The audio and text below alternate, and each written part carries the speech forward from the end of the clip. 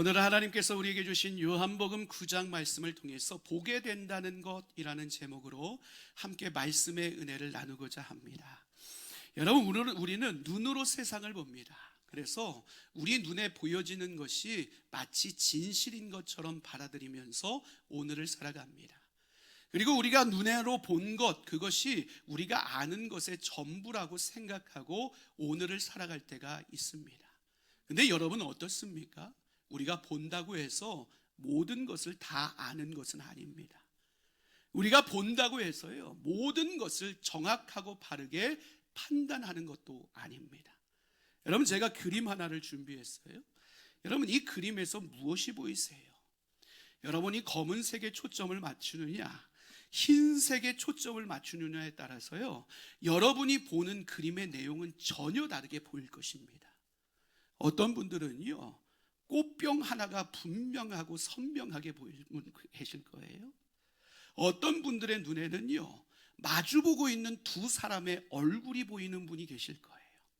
검은색에 초점을 맞추면 꽃병이 보이고, 흰색에 초점을 맞추면 두 사람이 마주대하고 있는 모습이 보입니다.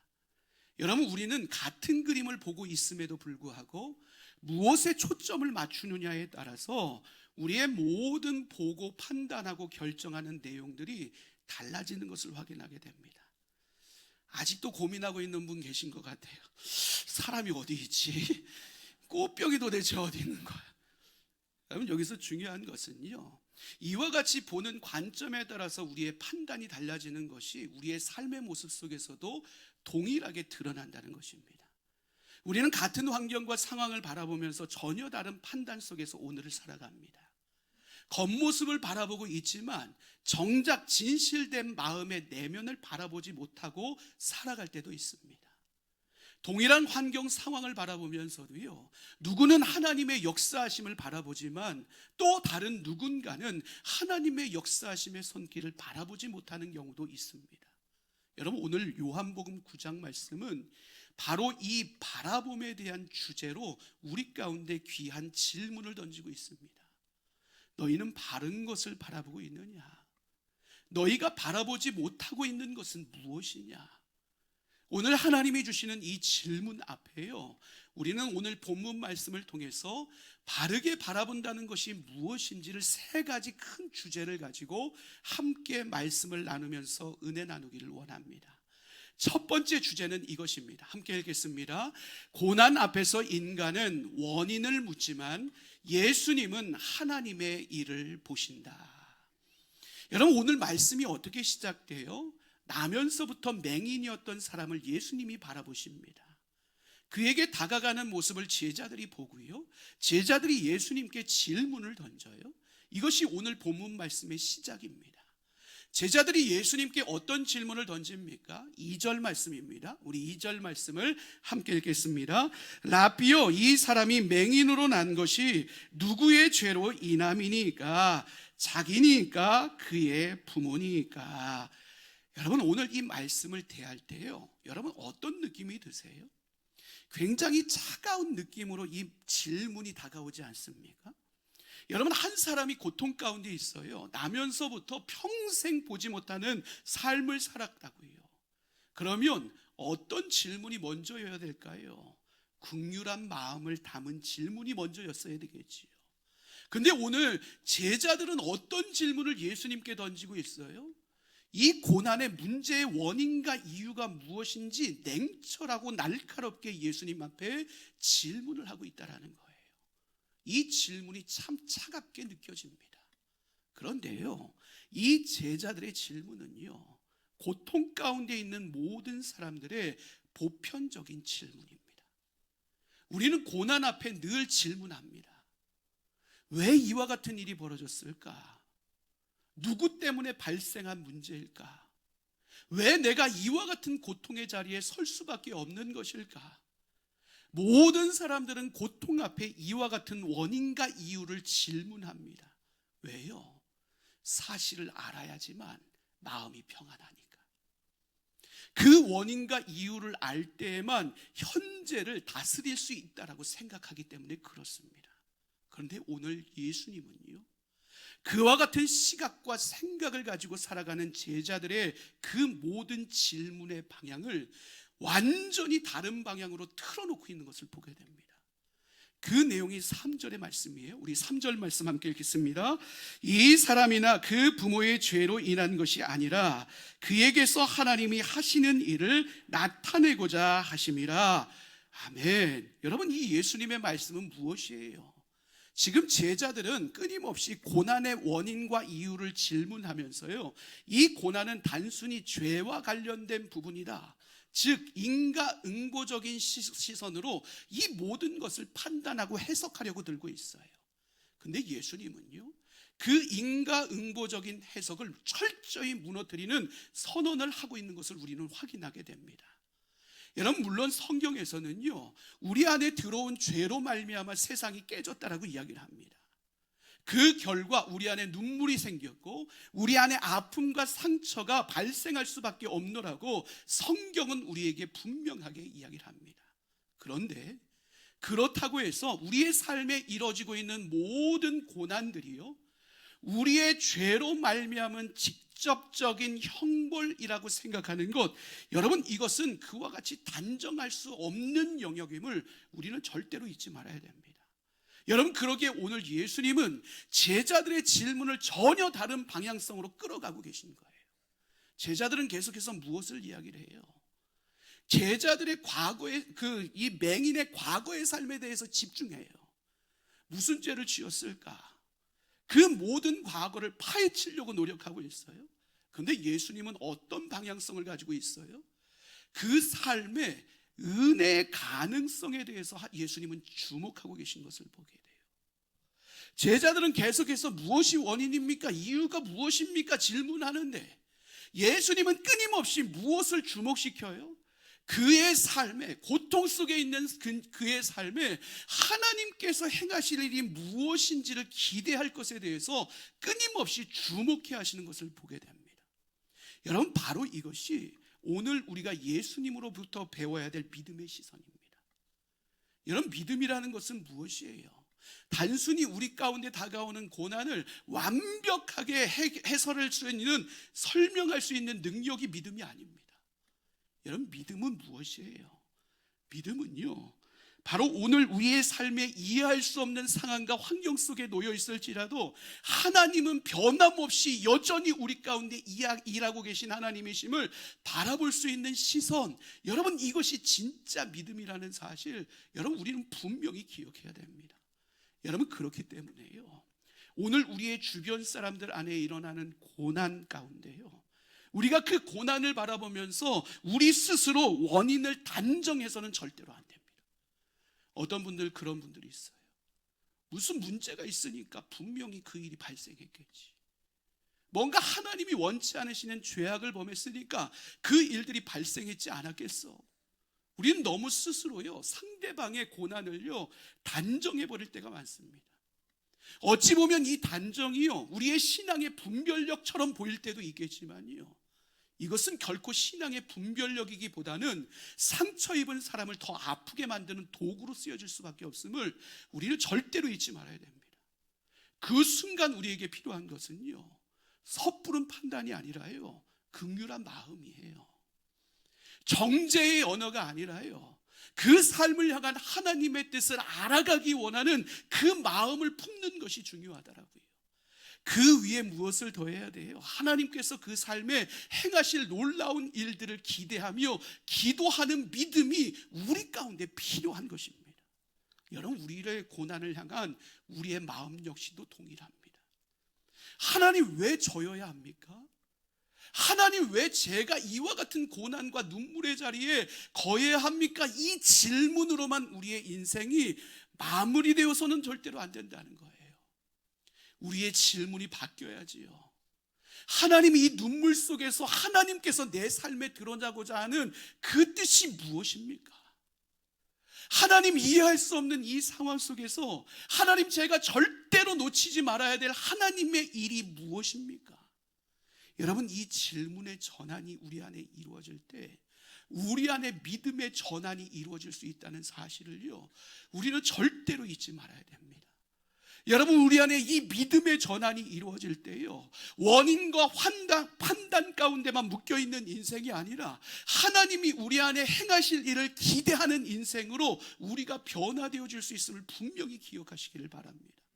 여러분, 이 믿음의 전환이 우리 안에 있을 때 우리가 과거의 판단 안에만 머물러 있는 것이 아니라 하나님의 미래를 향해 소망의 발걸음을 옮길 수 있음을 여러분 분명히 기억하시기를 바랍니다. 여러분, 그러기에요, 이 사순절 기간 예수의 시선을 회복할 수 있는 저와 여러분의 삶이 될 수 있기를 주님의 이름으로 간절히 축원합니다. 예수의 믿음의 시선을 우리 안에 온전히 회복함으로 말미암아 절망과 실패와 좌절 가운데 무너져 있는 우리들의 삶을 소망의 믿음의 눈으로 다시 세워나갈 수 있기를 주님의 이름으로 간절히 축원합니다. 주변의 아픔 가운데 넘어져 있는 자들을 이 믿음의 시선으로 긍휼의 마음으로 온전히 품어냄으로 말미암아 우리가 있는 모든 곳에 하나님의 나라를 건강하고 아름답게 세워나갈 수 있는 저와 여러분의 삶이 될 수 있기를 주님의 이름으로 간절히 축원합니다. 여러분, 두 번째 주제는 이것입니다. 우리 함께 읽겠습니다. 믿음은 한순간에 완성되지 않고 점점 밝아진다. 여러분, 오늘 본문 6절과 7절 말씀에 보면요, 예수님께서 이 맹인에게 직접 다가가셔서 엄청난 순종을 요구하고 있는 것을 보게 됩니다. 예수님이 땅에 침을 뱉으세요. 그리고 그 땅을 이겨서 진흙으로 만드십니다. 진흙을 누구의 눈에? 맹인의 눈에 바르십니다. 그리고 예수님이 그에게 뭐라고 명령하세요? 실로암 목가에 가서 너의 눈을 씻으라고 말씀하세요. 참으로 놀랍게 맹인은요, 그 말씀대로 순종하고 실로암 목가로 달려갑니다. 그리고 그곳에서 눈을 씻었어요. 그런데 참으로 놀랍게도 그가 보게 되는 은혜를 누리게 되었어요. 그런데 여기서 우리가 주목해 봐야 될 것이 있어요. 여러분, 이 맹인이요, 앞선 예수님의 모든 명령과 과정을 다 이해했기 때문에 예수님 앞에 순종한 것이 아니라는 사실이에요. 여러분, 그럼 예수님이 누구인지 몰랐습니다. 소문은 듣긴 들었지요. 그런데 그 예수가 어떤 분이신지 그는 인격적으로 경험하지 못했습니다. 도대체 왜 내 눈에 침 뱉은 더러운 진흙을 바르는 거야? 왜 굳이 실로암 목가까지 내가 달려가야 되는 거야? 온전한 이해함이 그의 안에는 없었다는 사실입니다.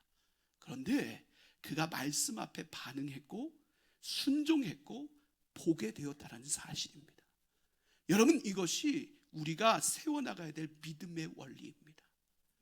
많은 사람들이 그래요. 나는 깨달아지면 믿겠습니다. 나는 알게 되면 믿겠습니다. 나는 경험하게 되면 믿겠습니다.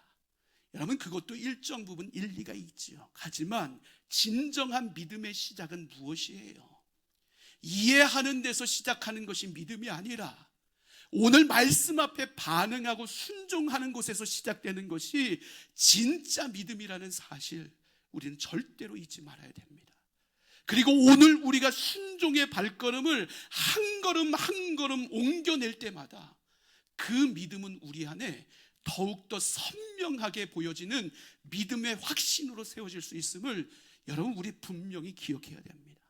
여러분, 우리는 이 사실을요, 오늘 요한복음 9장 전체의 내용을 통해서 분명하게 확인하게 됩니다.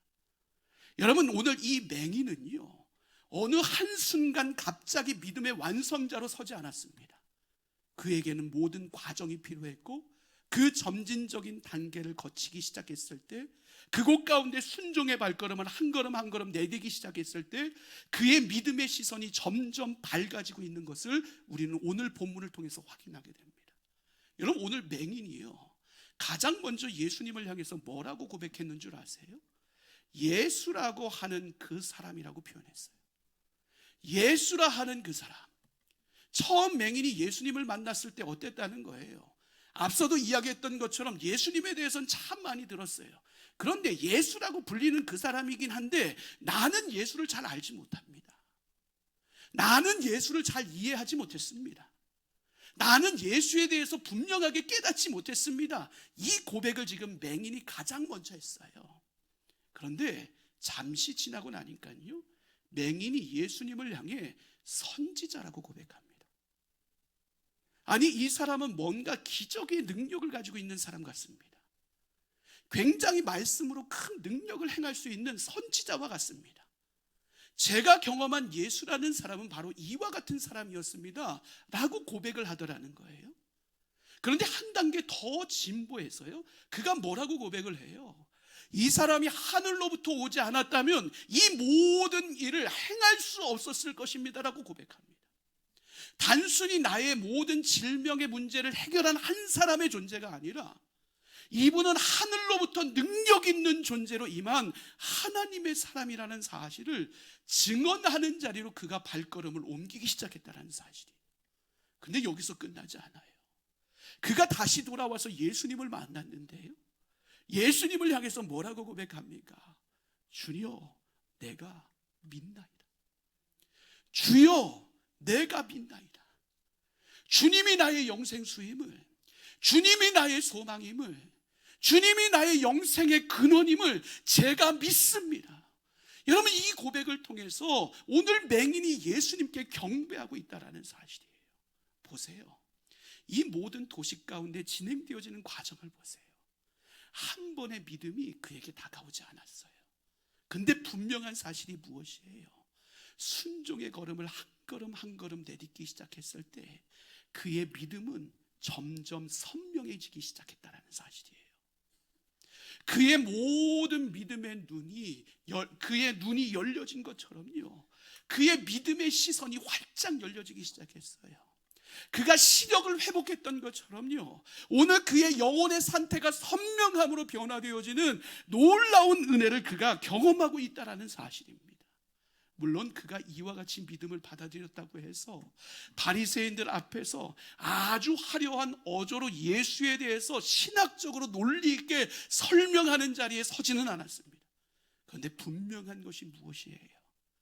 자신이 보지 못했던 인생이었는데 이제는 보게 되었고, 그 모든 역사의 한복판에 예수가 있다라는 사실, 그 믿음의 흔적이 그에게 분명히 새겨져 있었다는 사실입니다. 믿음은 무엇이에요? 믿음은 모든 것을 설명하는 능력이 아니에요. 믿음은 예수가 행하신 일을 부정할 수 없는 상태에 이른 것, 여러분, 이것이 믿음입니다. 여러분, 이 사순절 기간 이 믿음의 성숙함이 오늘 우리 안에 경험되어질 수 있게 되기를 주님의 이름으로 간절히 축원합니다. 여러분, 우리 안에도 믿음이 과정에 필요합니다. 처음부터 의심이 거쳐지는 것이 아닙니다. 모든 질문들에 대한 답을 얻을 수 있는 것도 아닙니다. 이해하고 깨닫고 믿음의 완성으로 출발하는 사람은 거의 없습니다. 그런데 여기서 중요한 것이 무엇이에요? 오늘 우리가 완전하냐 불완전하냐가 중요한 것이 아니라 오늘 우리가 끊임없이 예수 안에서 성장하고 있느냐, 여러분, 이것이 중요한 거예요. 여러분의 삶을 돌아보세요. 어제보다 오늘 주님을 더 많이 신뢰하고 계십니까? 과거보다 현재에 주님을 더욱더 강력하게 붙잡고 오늘을 살아가는 삶을 살아내고 있습니까? 여러분, 이것이 살아있는 믿음이죠.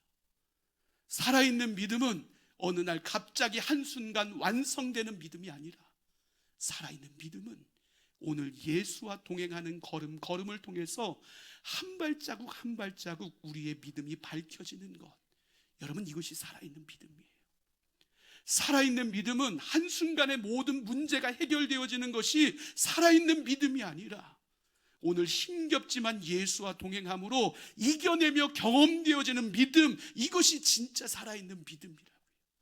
살아있는 믿음은요, 내 완성된 믿음을 자랑하는 자리에 있는 것이 아니라, 살아있는 믿음은 내가 오늘도 예수께 붙어있기에 잘할 수 있는 가능성을 소유한 것, 이것이 살아있는 믿음인 거예요.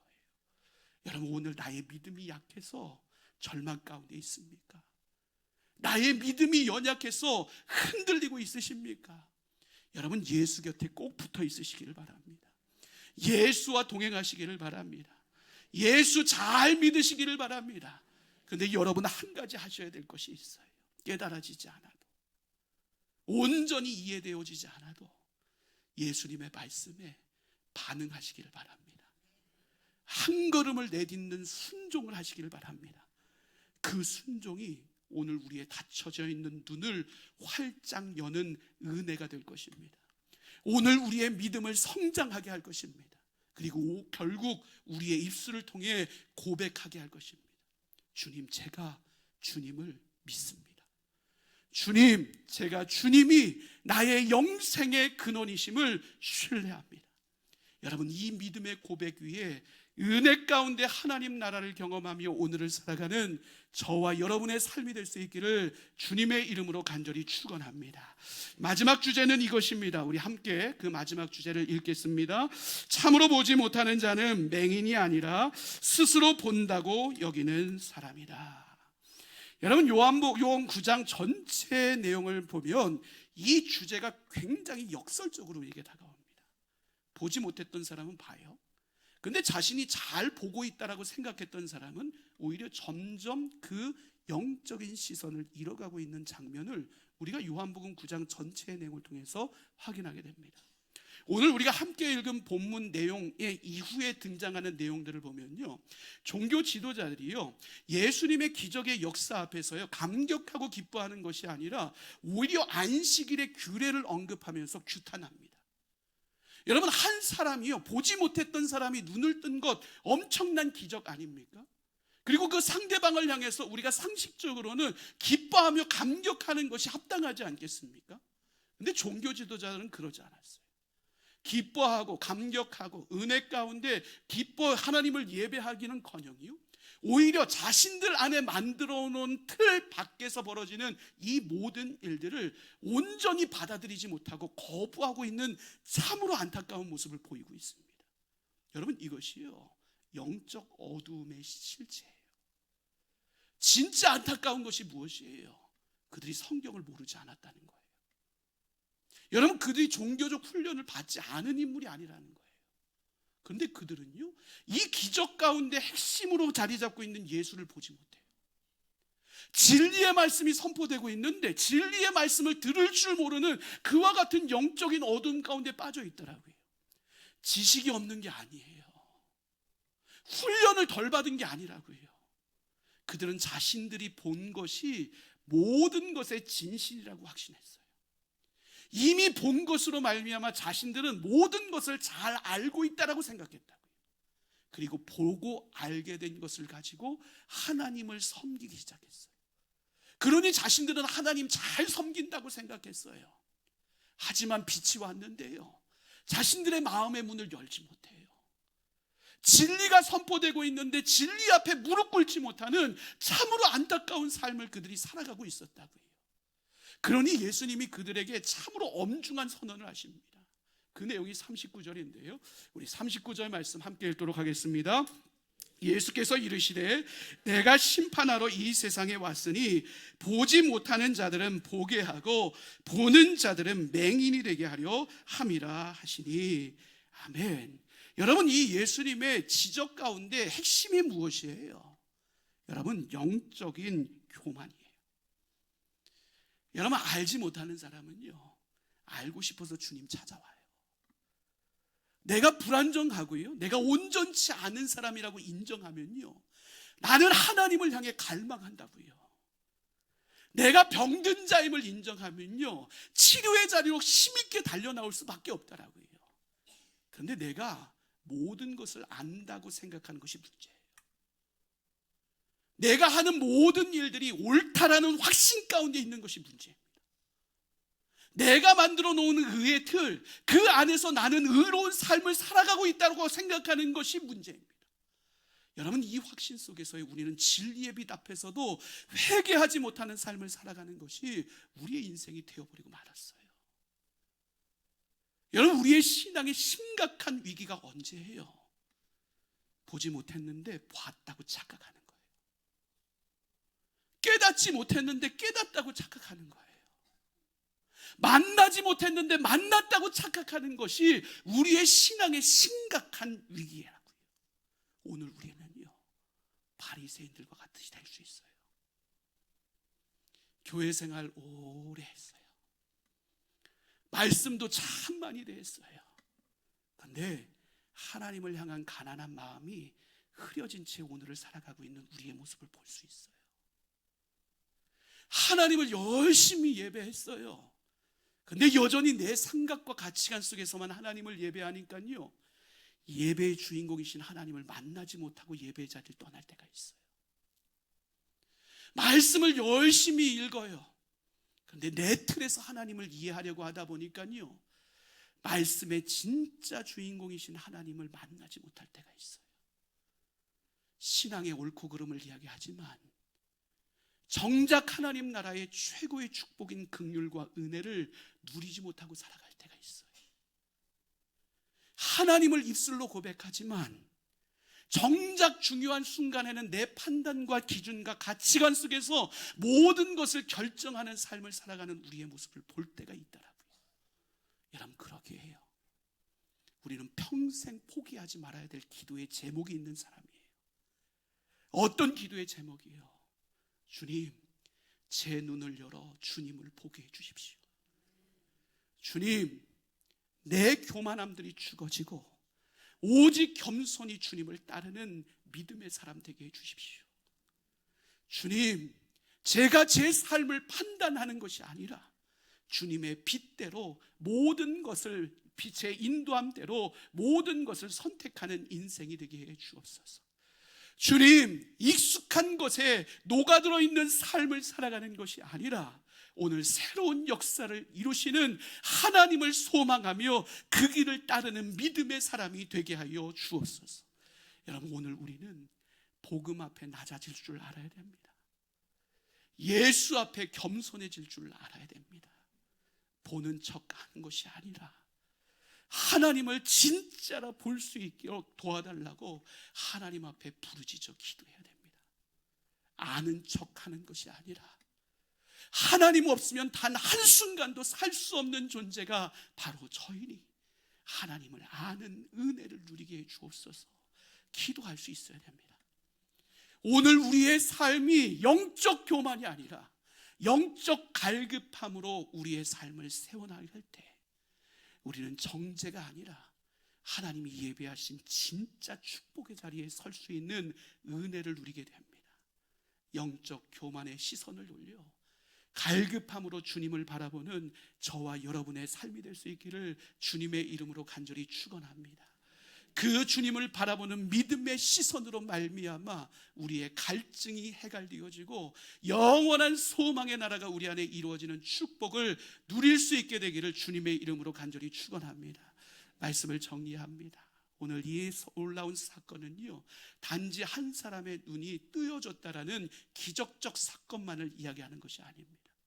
여러분, 이것은 우리를 바라보게 하는 영혼의 거울입니다. 여러분, 오늘 우리의 삶이 어떻습니까? 보면서도 보지 못할 때가 있습니다. 알면서도 깨닫지 못할 때가 있습니다. 그래서 우리의 영혼의 호흡이 끊어진 것처럼, 영혼이 잠든 것처럼 오늘을 살아갈 때가 얼마나 많은지 모릅니다. 그런 우리를 향해 예수님 뭐라고 말씀하세요? 눈을 들어 나를 보아라 말씀하세요. 이 사순절 기간 우리의 시선을 주님께로 활짝 열 수 있는 우리 모두의 삶이 될 수 있기를 간절히 소망합니다. 그 은혜로 예수 안에서 변화되어지고 그 은혜로 긍휼로 이 땅에 하나님 나라 이루고 그 은혜로 하나님 나라 속에서 하나님이 주시는 진정한 복과 은혜를 누리며 오늘을 살아가는 저와 여러분의 삶이 될 수 있기를 주님의 이름으로 간절히 축원합니다.